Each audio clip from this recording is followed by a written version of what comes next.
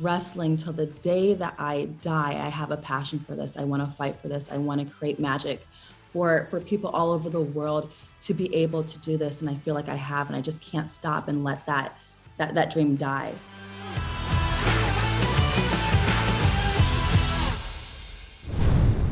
Mercedes, how are you? I am amazing. How are you doing? I'm amazing. Thank you very much. The weekend is upon us. That's great, right? Being addressed by your first name again now, like doing things on your own now. This is the first step tomorrow, I guess. The first time in the ring, people are going to get the reintroduction, if you like, Mercedes Mone. I'm Mm-hmm. really excited for you. How excited are you now that you're on the eve of getting to step out for the first time, I guess, on a global stage outside of WWE? It's so exciting. I can't believe it's tomorrow. I've been waiting for this since after Wrestle Kingdom. Straight after I finished dropping Kyrie and I left that statement, I was like, oh my God, I'm so ready for February 18th. And it's tomorrow. And I'm just, wow, wow, wow, wow, wow, wow. I'm still letting it like settle in, but I'm so excited for tomorrow. I've been waiting for this date for a very long time. And I'm so excited for the fans to experience Mercedes Money. And I'm excited to experience it as well because this is just something that's been a dream of mine for a while now. And to do it in front of a sold out crowd in San Jose, where only an hour and a half away, I was born in Fairfield, California, not that far. My friends and family are going to be there. I have all the support in the world. And to have my first match back against Kyrie, I am just beyond excited. I can't wait. Yeah, it's all perfect the way that kind of all plays into each other. You know, let's talk about that very quickly. On Fight, right? Battle in the Valley. Yours was the only match announced when it was sold out, right? We've got Okada on the card, we've got Tanahashi, but Mone, Kyrie saying that is what drew the crowd there. Like how nice does that feel, right? To know that stepping out of that big, global juggernaut that WWE is, but the people have, as soon as your name was on a marquee, the people flocked. That's got to feel great. Feels incredible, but I have the greatest fans in the whole world that support me. So I knew instantly it was going to be successful. I didn't know how quickly it was going to be. It sold out like that. And I didn't know that they were just going to only announce one card on the match and it would sell out. We don't even need to put any other the matches on the card. They just want to see me versus Kyrie, which is beyond so cool. But I just think Battle in the Valley has the potential to be pay-per-view of the year because of the matchup in the card on the pay-per-view alone.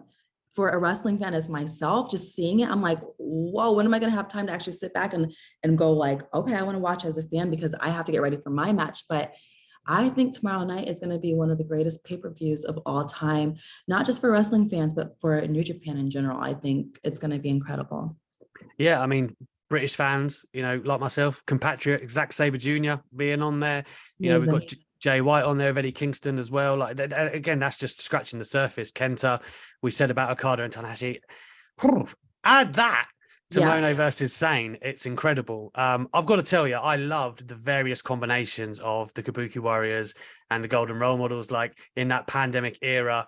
But now it feels like, we're going to get you two in a focused, like big time event. Is it all just about timing, right? Like you've become the free agent. Kyrie was doing her thing with Stardom. Did all the stars just align at the right time? Always. You always have to listen to the universe and the stars. And for me to have Kyrie be my first, like to come back, like that's all in an alignment as well, to be familiar with someone that, I used to work with, only had a couple matchups with, maybe one singles match that was 3 minutes, but this is something that's so different. When she went back to Stardom and went to Japan to go to Stardom, I was so excited for her and so proud of her. And then when she went to New Japan, when they introduced this women's division and she won the IWGP Women's Championship, I just kind of knew like this is the one, this is the girl, this is the big starlight, this is the championship that I want to focus on because it means so much. It's creating so much magic and history that's never been done before. And I think tomorrow night we're just going to show people all over the world what women's wrestling can do on a global scale. I said this even after the Bianca Belair WrestleMania match at the time, Sasha Banks. I was like, you already had like a legendary resume, right? Your top 5 matches versus anyone, right? Amazing. Now you're stepping out of that banner and you're talk to me about when the wheels got turning that you thought, okay, when the contract is up or I'm not going back, Japan is next. Because obviously someone like yourself, you've got so many options, and we'll get into if you're going to do anything in Hollywood more and all of that great stuff. But what made you say, okay, Kyrie, Japan, that has to be first? It was just my heart kept on pounding. My dreams kept on being the same every time I went to sleep. I was like, this Japan dream, I've had it since I was 13, since watching. It never went away. It never went away. So with this opportunity of being a free agent, I knew I had the choice and I got to make the decisions. And that was the first time for me. So I knew when I saw that the IWGP Women's Championship was first announced, I was like, this is it. This is what I want. This is my dream. This is a dream come true. So I had to go chase it. So I had to go to New Japan and be like, this is what I want. I want the opportunity to go after this. So I flew my butt over to Wrestle Kingdom, left a little mark on Kairi Sane, and now here we are. February 18th is San Jose Day, Battle in the Valley. It's about time for me to create and bring something home. I've been away from the ring for 9 months, so I'm here to bring a baby home. You know what I'm saying? Yeah. I hear you. Your hair looks awesome, by the way. I know. Still, how much work is that? A lot of work. This wasn't easy. It's never easy when you got that much money in the bag, but when you're Mercedes Monet, you got people on your hands and feet like this. They got you. I can't even have imagine. no idea how hard it is to find a hairstylist that can do weaves in Japan. Listen, that sounds like a task. No, it's true. Speaking of the new look and new names, I know that you had filed various different names, right? Or you different trademarks ahead of coming out. When did you land on Mercedes Mone, I should say? When did you land on that for sure? Oh, instantly. I know. Really? Maybe in my head, maybe in June, I knew. I was like, you know what you want. You know what you have in the bank. You know what you are. You are Mone. So it just kind of rolled off the tongue right away. So Mercedes Mone just came. I got all my little trademarks in order. There's going to be so much more. So I get to collect all the checks when it comes to my IP. And yeah, I love it. It's Mercedes Mone. Mone. I love it. I love it. Speaking of that, talking about departing WWE and heading to Japan, and everyone got a taste of you in front of the crowd for the first time when you made that amazing appearance at Wrestle Kingdom. What was it like for you, first of all, in front of the Japanese crowd, because it is so different, right? You saw a lot of people on Twitter, they're all kind of confused at they're kind of quiet and they're nice, and it's very different to the Americans. So for you delivering the promo, was that like an adjustment in itself, or you looked like you relished it? To me, when I went out there, they sounded so loud. They were really loud to me, and I was expecting them to be quiet because there was still this what is it called? This lift of they're not allowed to cheer in Japan due to the pandemic. So they just lifted it within the last couple of weeks. So when I came out and I heard like a whoa, like it was just a wave together, like, oh, she's here. And I heard the clapping, but it was a loud freaking clap. It wasn't just like I'm so excited. It was a different type of a yay that I've never felt, but a respectful, like, oh. So I can't wait to actually getting to wrestle and to perform like that and to see how they're going to react when it comes to wrestling instead of just me walking out and doing a promo, because just that alone, I felt like the same feeling that I would have gotten from an American crowd. Is there like a hit list of ladies for you to work with in Japan in particular? Are there names at the top of your head?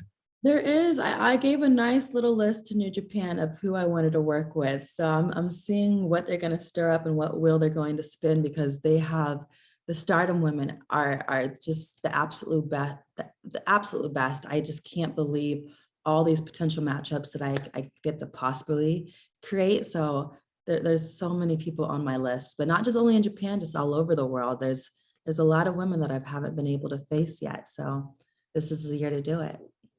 I did mention I wanted to talk to you a little bit about your Hollywood exploits and different TV career. Now, obviously not on the WWE schedule. That's got to be nice too, right? Because that's very demanding and you didn't have time maybe to do as many things as you would like. Is that different now that you're like the free agent and you can spread your wings a bit? Hey, bitch, I already shot a movie in November. I feel Oh! great. It feels amazing.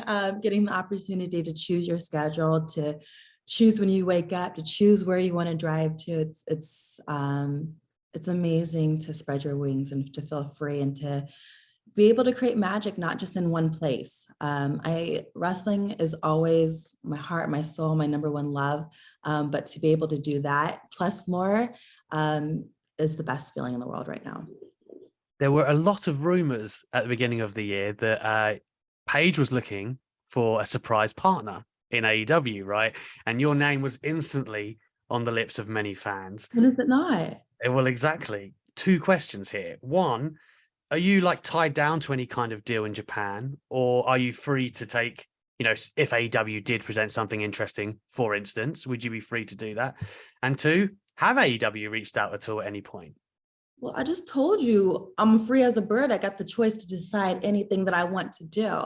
And especially after tomorrow, when I win the IWGP Women's Championship, I plan to take that title all over the world, not just New Japan. It's about to be a global championship. So wherever that championship ends up, whether it's on United States TV, Japan TV, Mexico TV, Germany TV, anywhere all over the world is wherever I choose to make it happen. So whoever has the best bag, whoever writes the best check for Mercedes-Mone, that's where I might end up at. And Fight TV, we should mention. Oh, absolutely. We got a good, That's a given. really nice check. Thank you, the other thing I wanted to talk about in terms of, there's obviously been a lot of said out there in terms of leaving WWE. Now, one thing I always appreciated about yourself and Bailey was the high regard and hopes you had for the tag team titles, right? I remember you and Naomi coming up to the UK. I was in that little press conference we had in London. And again, the passion you spoke about for those titles, you could feel it, right? I understood that you wanted to make something great for them. Is that ultimately what the difference is when they talk about creative differences? Is that ultimately kind of what it came down to? Well, first of all, if I was going to talk about it the first time, it wouldn't be with you. But you can't blame a guy for trying, Mercedes. It's nice that you tried. But when it comes to anything in wrestling, you have to go with your heart and your passion, your soul. And when it comes to me, that's all I have for the business is my passion and my love for this. I love wrestling till the day that I die. I have a passion for this. I want to fight for this. I want to create magic for people all over the world to be able to do this. And I feel like I have, and I just can't stop and let that dream die. So for me, I just have to keep on showing the world my love for this, my passion for this, and to show them that women's wrestling, it's where it's at. It needs to be the top in the headline. It needs to be respected. It needs to be given the same opportunity, just like the men. And that's what we're going to be doing tomorrow in Battle in the Valley for New Japan Pro Wrestling, me versus Kairi for the New Japan Women's Championship. So I think it's going to be one of the greatest matches of all time, where you're going to be feeling our heart, our soul, and our passion, and really see what women's wrestling can create. So we can look forward to you doing multiple events for Japan this year. Once you collect the belt and whatnot. Is it just in the States? You're going to be in Japan as well? Is it kind of scattered around? Well, let me tell you this. If I'm not winning tomorrow, I'm not going to step foot in Japan. So I better. I'm going to do absolutely everything I can to take that championship from Kairi. And once I do, then we'll be talking about Japan and where I'm going to be going. So yes. I understand you don't want to backtrack and talk about those things, but can I just ask, once there was the transition from Vince to Triple H, did Triple H reach out? Because I understand, of course, that him and William Regal and people like that would have been very important in the early stages of your career. Was there an attempt made, conversations? Tonight, I'm going to be airing a very special clip, a very special documentary on YouTube, where I talk about my debut at Wrestle Kingdom and just how I embark on my new chapter. So you'll get all the answers there. That's fair. That's very fair. Yeah. I did mention earlier that I consider yourself and Bailey at TakeOver, the Hell in a Cell, the Bianca Belair match. Again, you've got an amazing resume. I just wanted to know, those matches are ones that resonated so strongly with me. As you embark on the next chapter of your career, have you got like a top 3 or so that mean the world to you? That, if people were going to watch a Mercedes Mone, Sasha Banks match, you would say, watch those? Ooh, yeah. Well, the first definitely has to be me versus Bailey at NXT Takeover. What's another good one? Um, So many to choose from. so many. My category and my career cannot be outdone. It can't. It can't be outdone. It can't be undone. I really loved myself versus Alexa Bliss in Abu Dhabi. That really meant so much to me and Yeah. the feeling behind it. And then I would have to say myself versus Bailey and Hell in a Cell during the pandemic. I still see clips of that match, and I cannot believe we had such an incredible match without no freaking fans. Yeah. Must Like, have hurt how more too. everything hurt. I can't believe the passion and the feeling that you get from that match when there's nobody in the audience. Mm. It's wild. I love that match. And if I could do any of those matches that I had in the pandemic with a crowd today, I can't even imagine the feeling. My transaction needs to be simple. I don't need to get caught up in whatever's happening behind the scenes. Those stories can be fun, but I need my story on the screen to be the more important story. And for that to happen, I need to be at the very best. Best as a superstar, best as a wrestler, because then the other stuff will come.